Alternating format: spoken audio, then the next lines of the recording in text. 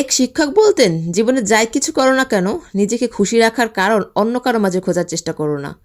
কখনো কারো উপর এত এক্সট্রিম লেভেলের নির্ভরশীল হবে না যাতে তোমার এক্সপেকটেশন পূরণ না হলে মন ছোট হয়ে যায়, বিশেষ করে মানসিকভাবে। মানসিকভাবে তুমি এতটাই ভেঙে পড়ো যেন তোমার উঠে দাঁড়ানোর কোনো ক্ষমতাই না থাকে। হ্যালো এভরিওয়ান, আসসালামু আলাইকুম, ওয়েলকাম টু স্মৃতিস ডায়েরি।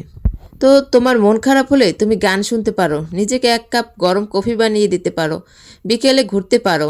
নিজের কোনো বিশেষ ক্রিয়েটিভিটি থাকলে সেটা দিয়ে নিজেকে ব্যস্ত রাখতে পারো। অন্যকে ব্যঙ্গ করে স্ট্যাটাস লেখা, নিজের দুঃখ দুর্বলতা জনসম্মুখে প্রকাশ করা কোনো বুদ্ধিমান মানুষের কাজ নয়। খুব বেশি মন খারাপ হলে রুম অন্ধকার করে চুপচাপ বসে থাকতে পারো, যার যার ধর্ম অনুসারে প্রার্থনাও করতে পারো।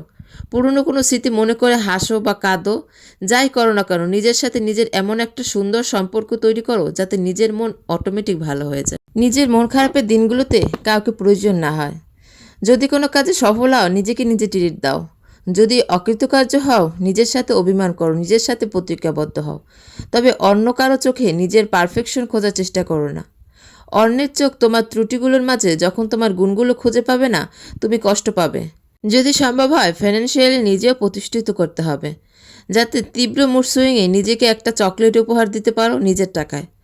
নিজের জন্মদিনে নিজেকে নিজে গিফট করতে পারো, অথবা এলাকার সুবিধাবঞ্চিত শিশুদের নিয়ে জন্মদিনে আনন্দ ভাগাভাগি করতে পারো। নিজের পছন্দের ড্রেসটা টাকা জমি হলেও নিজের টাকায় কিনতে পারো। মাঝে মাঝে নিজেকে কিছু ফুল দেবে, ঘরের এক কোণায় ফুল থাকবে, সুন্দর একটা গন্ধ ছড়াবে, মন আপনা আপনি ভালো হয়ে যাবে। সবাইকে খুশি রাখাও তোমার দায়িত্ব না। দুনিয়ায় কারো পক্ষে সবাইকে খুশি রাখা সম্ভব না। যেখানে পারবে না, না বলতে শিখতে হবে। আমার বাবা মা আমাকে অ্যাপ্রিসিয়েট করে না, আমার বন্ধুবান্ধব আমাকে সময় দেয় না, আমার কাছে প্রিয়জন আমার সাথে ঠিকমতো কথা বলে না, আমার জন্য সময় নেই, এই সব উপদ্রবের সৃষ্টি করবে না।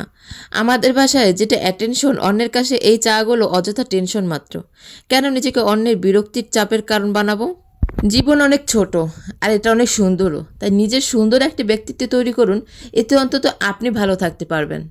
অন্যের উপর নির্ভরশীল হতে গেলে দেখা যায় জীবনে কিছুই পাওয়া যায় না, জীবনে শুধু কষ্টই পেতে হয়। তাই নিজের উপর নিজের নির্ভরশীলতা বাড়াতে হবে। নিজের উপর নিজের কনফিডেন্স বাড়ালে দেখা যায় জীবন সত্যিই অনেক সুন্দর হয়ে যায়।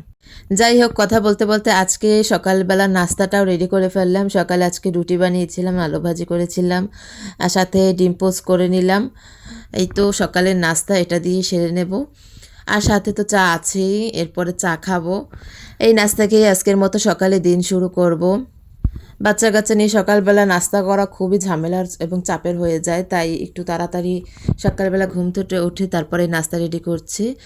তো নাস্তা খেতে খেতে সবার থেকে বিদায় নিচ্ছি। সবাই ভালো থাকবেন, সুস্থ থাকবেন এবং স্মৃতিস ডায়েরির পাশেই থাকবেন। দেখা হবে নেক্সট কোনো ভিডিওতে। ধন্যবাদ।